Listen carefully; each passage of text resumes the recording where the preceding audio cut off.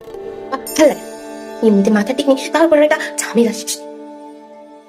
আরে এই মাসে নাকি একটা এক্সট্রা মাস। হ্যাঁ, আরে এক্সট্রা মাস হলে তো কি হয়েছে বা? আরে আমার অফিসের বস কি আমাকে এক্সট্রা করে টাকা দেবে নাকি?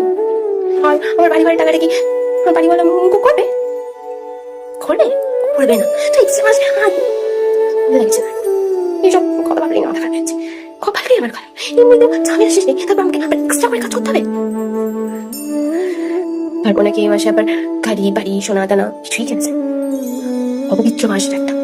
কিন্তু এটা আপনি ভাবছেন তো? কিন্তু আপনাকে একটা কথা বলি, এই মাসে অপবিত্র মাস, এটা হচ্ছে ঘরের বই।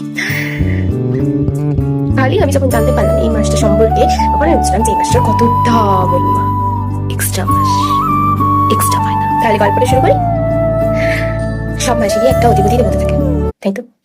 কিন্তু এই মাসটার কোনো দেবতা ছিল, তাই এই মাসটাকে সবাই অপবিত্র মাস বলে বলতো। তাই এই মাসটা খুব কষ্ট পেত, যেরকম আমাদের জীবনে হয় আর কি। তাই এই মাসটা ভগবান বিষ্ণুর কাছে যায়। ভগবান বিষ্ণু তো এত করুণাময় যে এই মাসটাকে নিজের নামই ধার দিয়ে দেয়। তাই এই মাসটার নাম হয় পুরুষোত্তম মাস। ভগবান তো এমনই, যখন সংসার সবাইকে রিজেক্ট করে দেয়, ভগবান তাকে একসেপ্ট করে। আমাদের জীবনেরই মতো, যখন আমাদের মনে হয় যে আর ভালো হচ্ছে না, কেউ আমাকে আর চায় না এই সংসারে, তখন ভগবান একসেপ্ট করে।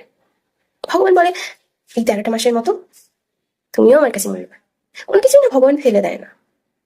তাই জন্য আমরা না হয় নাই এত আনন্দ করা। সব থেকে আনন্দ কোথায় জানেন? ভগবানের নাম করে। সত্যি, যার আনন্দের সীমা নেই। তাই জন্য এই মাসে আপনারা করতে পারেন ভগবানের নাম, আর নিজের অহংকার হিংসা এগুলো ত্যাগ করুন। রাধে রাধে। পারলে চ্যানেলটা সাবস্ক্রাইব করে দেবেন প্লিজ।